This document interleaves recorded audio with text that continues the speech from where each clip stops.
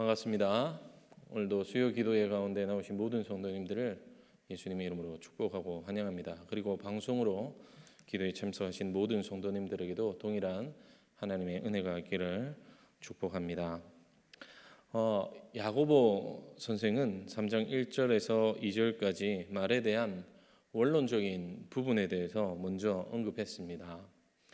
그것은 말에 실수 없는 자들이 곧 온전한 믿음이 있는 자이며 또한 혀를 제어하는 자가 참된 경건이 있는 자라고 정의했습니다.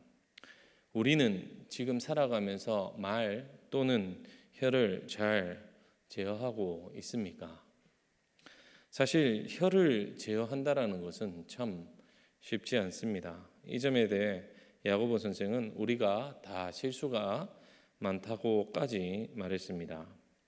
말씀을 가르치는 선생뿐만 아니라 우리 모두가 다 말 실수를 많이 한다라는 것을 말씀을 통해 언급을 했습니다. 이처럼 말을 다스리는 것은 너무나 어려운 일입니다.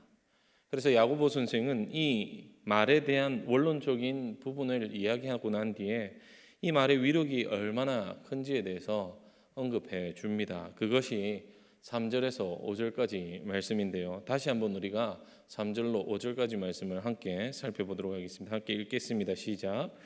우리가 말들의 입에 재갈 물리는 것은 우리에게 순종하게 하려고 그 온몸을 제하는 것이라. 또 배를 보라. 그렇게 크고 강풍에 밀려가는 것들이 지극히 작은 키로서 사공의 뜻대로 운행하나니 이와 같이 혀도 작은 지체로 돼 큰 것을 자랑하도다. 보라, 얼마나 작은 불이 얼마나 많은 나무를 태우는가. 지금 야고보 선생은 혀가 가지는 위력에 대해서 세 가지 예를 들고 있습니다. 첫째는 말들의 입에 재갈 물리는 것을 예로 듭니다. 여러분, 여기서 말하는 것은 들판에 있는 짐승을 말합니다. 우리가 한 마리 말을 다스리고자 할 때 그냥 다스리기란 여간 어려운 일이 아닙니다. 제주도를 가봐도 야생에 있는 말들을 무언가 어떻게 이렇게 다스리고자 할 때는 참 힘이 듭니다.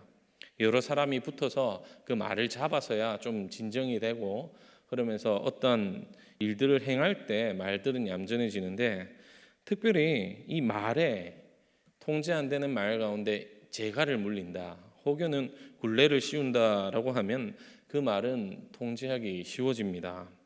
말의 덩치를 보면요, 저보다 훨씬 더 큽니다.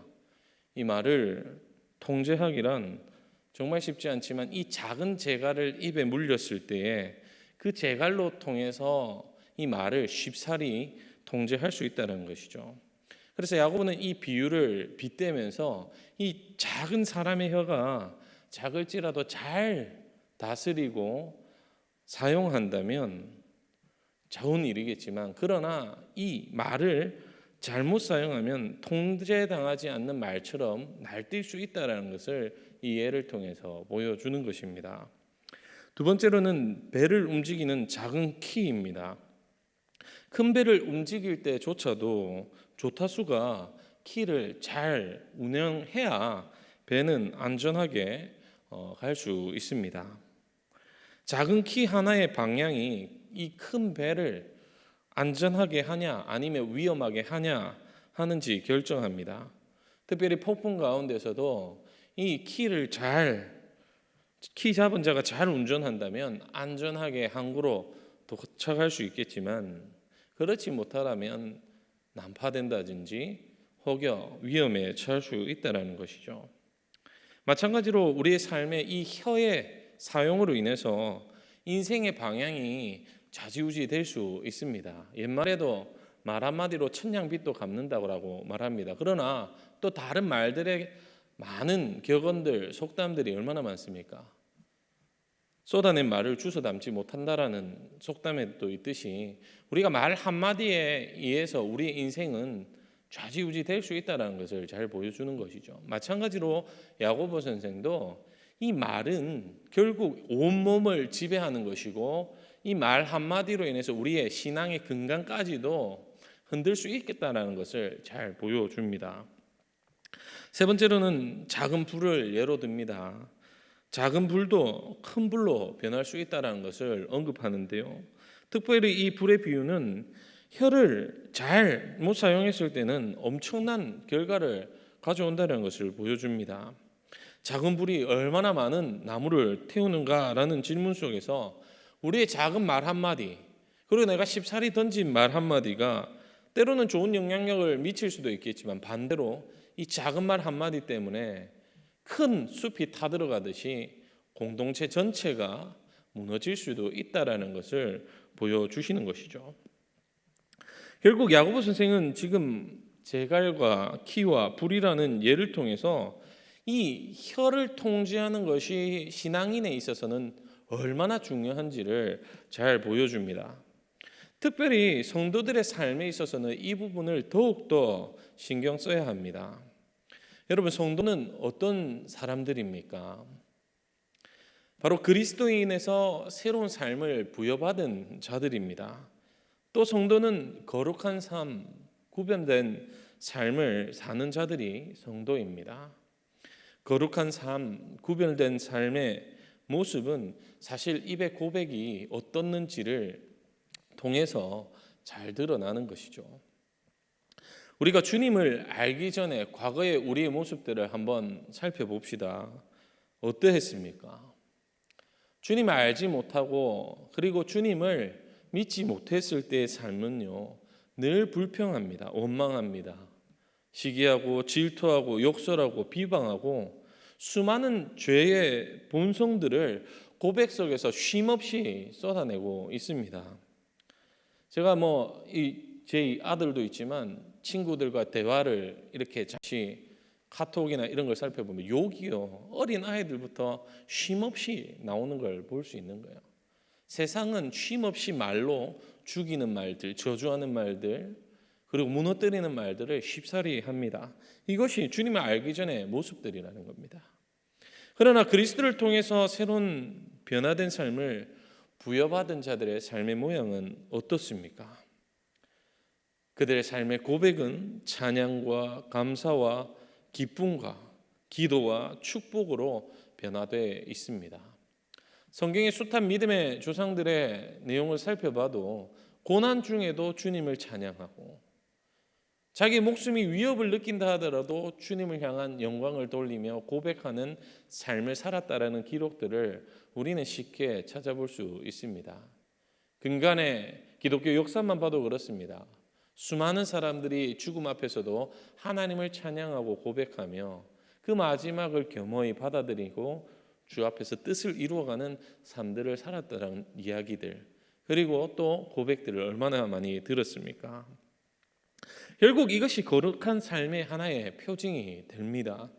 말의 고백의 변화를 통해서 우리의 삶의 모습도 변화된다라는 것을 깨닫게 되는 것이죠.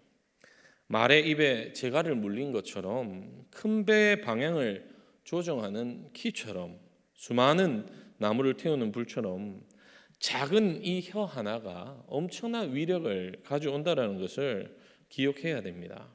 이 말 한마디로 인해 우리의 인생의 방향은 달라지기도 하는 것이죠. 좋은 말, 거룩한 말, 하나님의 뜻을 세우는 말들을 통해서 교회에 유익을 줄 수도 있겠지만 그러나 잘못 사용할 때는 엄청난 문제를 일으킵니다. 그래서 야고보 선생은 그저 이 세 가지 예화로 끝나는 것이 아니라 이 혀의 위험성을 이어서 6절로 7절까지 말씀합니다. 살펴보면 혀는 곧 불이요 불의의 세계라. 혀는 우리 지체 중에서 온몸을 더럽히고 삶의 수레바퀴를 불사르나니 그 사르는 것이 지옥불에서 나느니라. 여러 종류의 짐승과 새와 벌레와 바다의 생물은 다 사람들이 길들일 수 있고 길들여 왔거니와 혀는 능히 길들이 사람이 없나니 쉬지 아니하는 악이요 죽이는 독이 가득한 것이라. 야고보 선생은 말을 다스리지 못하는 모습을 불의의 세계로 묘사하고 있습니다. 이 불의의 세계라는 말은 바른 관계에 있지 않는 혼돈과 무질서, 그리고 병들고 상하고 죽어져가는 모습을 의미합니다. 이처럼 말을 다스리지 못한다라는 것은 하나님께서 창조하신 이 창조 질서를 흔들고 파괴하는 모습을 오늘 말씀을 통해서 연상시키고 있습니다. 다스리지 못하는 말의 결과는 어떨까요? 하나님이 지으시고 보기 좋다라고 말했던 세상을요, 순식간에 지옥으로 만드는 것과 같습니다. 야고보서에서 이미 앞서 언급된 내용을 살펴보면 정죄하는 것, 그리고 의심하는 것, 시기하는 것, 다투는 것, 형제를 차별하고 비방하고 판단하는 이 말들을 통틀어서 한마디로 요약하면 마치 불의의 세계다라고 말하는 것입니다. 마치 지옥과 같은 곳으로 만들어 버린다라고 말하는 것이죠. 이 모든 앞선 내용들을 살펴보면 말에서부터 이것들이 출발된다라는 것을 잘 알 수 있습니다. 결국 말을 다스리지 못할 때 오는 엄청난 결과라는 것이죠. 놀라운 사실은 이런 말 실수하는 사람들은 하나님이 만드신 피조물들은 다스릴 수 있다라는 것을 언급합니다. 많은 짐승과 새와 벌레, 바다의 생물들까지도 사람에 의해서 길들여졌다라고 야고보 선생은 표현합니다. 우리가 이 말을 동의할 수밖에 없는 것이죠. 가까이 동물원이나 아쿠아리움 한번 가봐도요, 사람에 의해서 짐승들이 통제되고 또 다스리는 모습들을 우리는 쉽게 볼 수 있습니다. 그러면서 곤충까지도 집에서 키우고 막 하는 사람들도 보는데 사람에 의해서 그것들을 컨트롤할 수 있다는 것을 알려주지만 사람은 정작 이 작은 혀는 다스리지 못한다라고 정의합니다. 이것은 우리가 살펴보면 죄가 들어온 이후에, 즉 하나님의 말씀 앞에 말로써 실패한 아담 이후로부터 모두가 다 자신의 이 혀들을 다스리지 못했다는 것을 잘 보여줍니다. 만물을 다스리도록 지음받은 존재들이 정작 자신의 혀와 말을 다스리지 못하게 되었다라고 말하는 것이죠. 결국 이 말을 다스리지 못할 때 그것은 마치 지옥과 같은 곳이 됩니다. 가령 여러분 주변에서요, 싸우는 사람들이나 악한 뜻을 가진 자들의 말을 들어보면 쉽게 이해가 될 것입니다. 악한 마음을 가지고 그들이 쏟아내는 말들을 보면요, 아무도 통제할 수가 없습니다. 가정에서도 다툼이 있거나 할 때 자신의 생각들을 가지고 말다툼하면 주변에 어떠한 좋은 이야기도 어떠한 조언도 들리지 않습니다. 입에서는 마치 불이 나와서 큰 숲을 태우듯이 폭언과 영을 죽이는 말들이 얼마나 난무하며 나오고 있습니까? 이 악한 모습들이 배가 되어서요, 막 폭언을 퍼붓습니다. 그리고 아무리 사랑해서 결혼하고 사는 사이다 하더라도 악한 마음이 들면요, 어떻습니까? 저주하고 악담을 퍼붓습니다. 그리고 자녀들에게는 어떻습니까? 부모의 감정에 의해서 조금 불편하다, 싫다라고 느껴질 때 수없이 많은 말들로 그 아이들에게 지옥과 같은 상황들을 만들어 놓고 있지는 않습니까? 우리의 감정과 우리의 생각들로 만들어낸 잘못된 말들이 마치 괴물을 만들어내어서 그 상황을 지옥으로 몰고 가는 듯한 상황 속에 놓여져 있습니다. 저도 어릴 때 할머니 밑에서 컸거든요. 어릴 때 어이구 저 문디 같은 놈, 빌어먹을 놈. 지금 생각해보면 얼마나 저주스러운 말입니까? 여기 계신 분들 그런 말들 많이 들어보셨죠? 아이고 저 빌어먹을 놈, 저거 거지처럼 산다는 말 아닙니까? 쉽게 내뱉었던 말들이 얼마나 그것이 상처가 되고 또 죽이는 말인지, 그것이 우리의 자아를 또 영적인 부분들을 얼마나 위축되게 만드는지 많이 경험들 해보셨을 겁니다. 사실 설교를 준비하면서 오늘 이 설교 해야 되나 이런 고민 정말 많이 했거든요. 설교 준비하면서 전부 제 얘기인 거예요.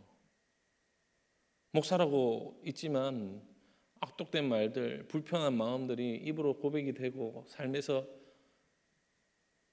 쉽게 불쑥불쑥 튀어나오는 모습들을 볼 때 이 설교 어떻게 해야 되나. 설교 준비하면서 제가 많이 회개를 했습니다. 우리의 삶의 모습이 목사라서, 장로라서, 집사라서, 권사라서, 내가 교회 뭔가를 맡아서, 내가 성도라서 이런 말실수를 안 하는 게 아니라 우리의 삶을 되짚어 보면 얼마나 이런 말들을 많이 하고 있습니까? 특히 교회 공동체 내에서도요. 그래서 야고보 선생은 이러한 모습을 바라보면서 이 혀는 악이요 죽이는 독이 가득하다라고 말하는 것입니다. 이러한 모습으로 살아가는 자들의 삶은 어떨까요? 평안을 누릴 수도 없을 것이며 늘 불안함과 어려움이 가득할 것입니다. 특별히 말을 통제하지 못하는 신앙은 어떻겠습니까? 앞서 언급되었듯이 이러한 신앙은 곧 지옥과 같은 삶으로 이어진다라는 겁니다. 하나님을 말한다고 하면서도 불안하고 믿는다라고 말하면서도 불평하고 원망하는 삶을 사는 신앙이라면 그것이 어찌 신앙이라고 말할 수 있겠습니까? 이것이야말로 지옥과 같은 모습이 아니겠습니까? 우리가 신앙인으로 부름받았다면 거룩한 삶, 구별된 삶을 부여받았다는 사실을 기억해야 합니다. 그렇다면 삶의 고백은, 우리의 입술의 고백은 1차적으로 우리의 마음의 생각들이 나타나기 때문에 거룩한 모습들이 마땅히 나타나야 되는 것이 정상입니다. 하지만 우리의 모습들은 이렇지 않다는 걸 늘 깨닫게 되는 것이죠. 야고보 선생은 그래서 우리의 삶을 한 번 더 비유적으로 표현합니다. 그것이 11절, 12절 말씀인데요. 살펴보면 샘이 한 구멍에서 어찌 단물과 쓴물을 내겠느냐. 내 형제들아 어찌 무화과 나무에 감람 열매를 포도나무가 무화과를 맺겠느냐. 이와 같이 짠물이 단물을 내지 못하느니라 라고 말씀합니다. 우리가 산을 이렇게 종종 가다 보면요, 샘을 만납니다. 목이 마르거나 또 힘이 들 때 그 샘을 만났을 때는 참 기쁨이 넘치죠. 그 샘을 마셨을 때는 두 가지 맛을 내는 샘은 우리가 살면서 한 번도 발견해 보지 못했을 것입니다. 샘에서 물이 솟아날 때는 하나의 물만 나오기 마련입니다. 깨끗한 물이 나오든지 혹여 더러운 물이 나오든지 하나의 물만이 나오는 것이죠. 그리고 나무 열매 역시 무화과 나무에서는 무화과 열매가 맺힐 것이고 감람나무 즉 올리브 나무에서는 올리브만 열리는 것이고 포도나무에서는 포도만 열매 맺는 것이 당연합니다. 누가 봐도 이상하지 않습니다. 이 당연한 이치를 빗대어서 지금 야고보 선생은 우리의 삶의 모습을 한 번 더 말해주고 있습니다. 9절 10절 말씀을 함께 읽어보겠습니다. 시작.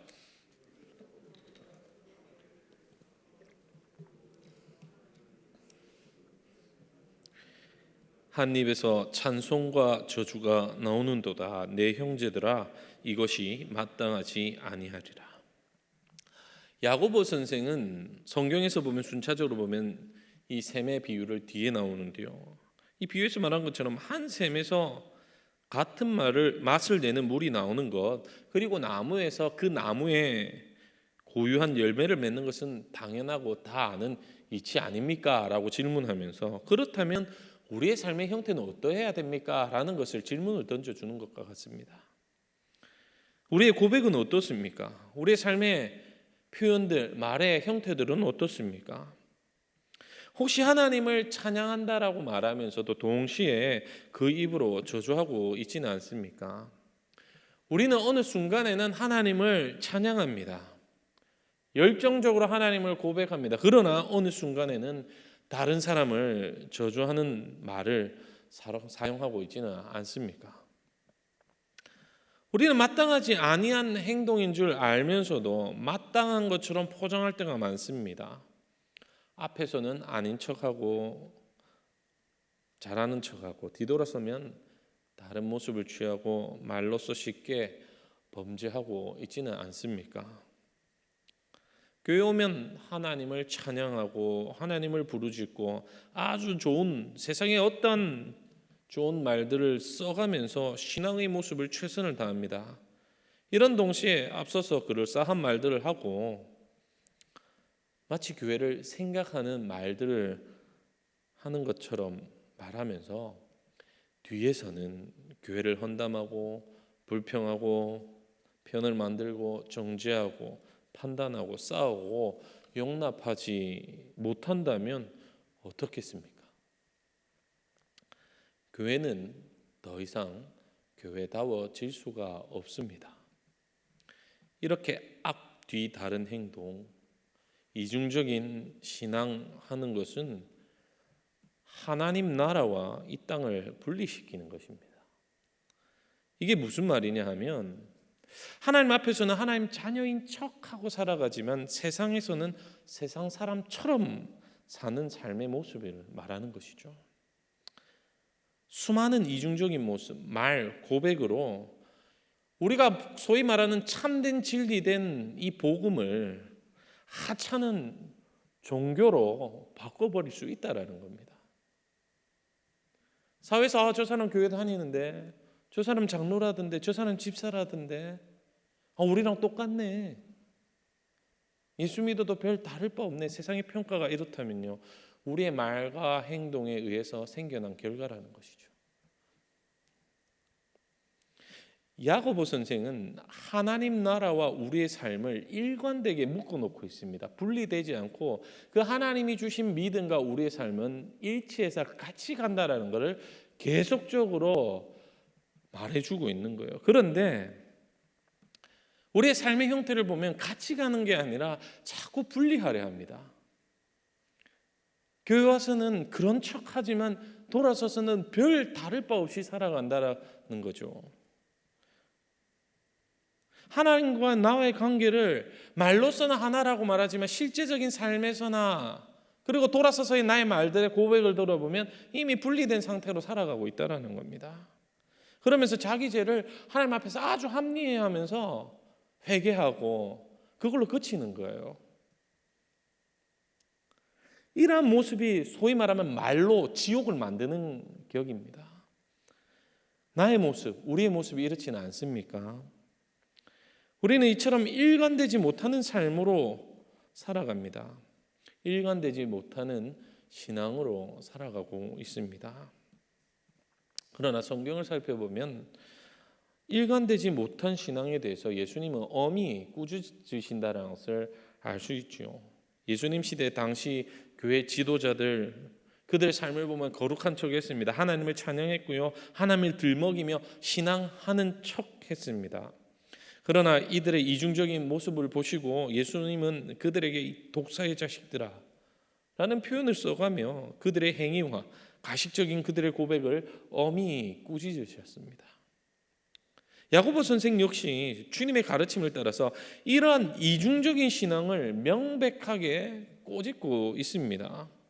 그리고 말씀을 통해서 하나님을 향한 분명한 믿음이 있다면 하나님이 주신 말씀을 통해서 다시금 우리는 하나님의 뜻 앞에 나아가 살아갈 수 있는 방법들을 제시해 주고 있는 것이죠. 간단합니다. 우리가 주님을 믿는다면 주님을 닮아가야 됩니다. 우리 주님의 모습을 생각해 봅시다. 어떻습니까? 말씀이 육신이 되어 우리에게 임하신 그리스도는 말씀 그대로 순종하셨습니다. 이 순종을 통해서요, 하나님의 뜻을 이루셨습니다. 그리고 그 순종을 통해 주어진 속량의 은혜, 말씀 앞에 일관되게 순종하신 그 은혜로 말미암아 우리를 부르셨고 하나님의 자녀로 삼아 주셨습니다. 주님의 은혜로 부르신 우리를 말씀 앞에서 온전히 일관되게 순종하신 예수님의 그 모습대로 그 자리에 우리를 초대하셨습니다. 그 초대 앞에 우리가 부름을 받았다면 우리의 삶은 어떠해야겠습니까? 하나님의 뜻을 바라며 날마다 하나님 말씀 앞에 나아가야 되고, 우리의 입술의 고백부터 하나님 앞에 나아가서 거룩함으로 변화시켜 나가야 된다라는 겁니다. 이 말은 쉽게 얘기하면 하나님의 관계를 회복돼야 우리의 말도 변화될 수 있다는 말입니다. 하나님의 형상대로 지음을 받고 날마다 그 은혜로 누리고 살아가는 자들은 말로써, 바른 고백으로써 자신의 정체성을 그리고 삶을 온전히 표현할 수 있어야 합니다. 이 말은 곧 우리의 말을 다스린다라는 말과 같습니다. 우리 힘으로 다스리는 게 아니라 주께서 부여하신 은혜로 다스릴 수 있는 것이죠. 그리고 그 은혜로 통제하고 있는 이 말들을 통해서 하나님의 영광이 드러나고 하나님의 뜻을 나타낼 수 있습니다. 제가 지난번 금요기도회 때도 이 말에 대한 부분을 가지고 언급했지만, 하나님은 우리를 구속하셨고 그리고 우리의 잘못된 말에 속박해서 우리를 구원해 주셨다는 사실을 잊어서는 안 됩니다. 그저 내 죄를 회개하면 되지가 아니라 그 잘못된 것으로부터 완전히 구속시켜 주셔서 거룩한 삶으로 변화시켜 주셨다라는 겁니다. 이미 그 은혜를 누리고 있다라는 사실을 잊어서는 안 되는 것이죠. 그렇기 때문에 우리는 날마다 하나님의 은혜 앞에 나아가서 당신의 그 영광을, 당신의 그 역사하심을 기뻐하고 찬양하고 고백하며 하나님께서 창조하신 사람들을 축복하고 또 한 공동체로 부르신 공동체를 사랑하며 세워주고 섬기며 나아가는 것이 마땅하다는 것입니다.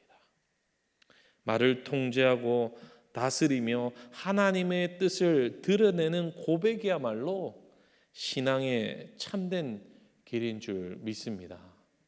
사랑하는 우리 제일영도교회 성도 여러분, 하나님께서 부여하신 말씀을 우리 마음 가운데 새기고 우리의 혀를, 말을 다스려 온전한 신앙으로 하나님께 영광을 돌리며 하나님의 기쁨이 되는 삶을 살아가시를 바랍니다.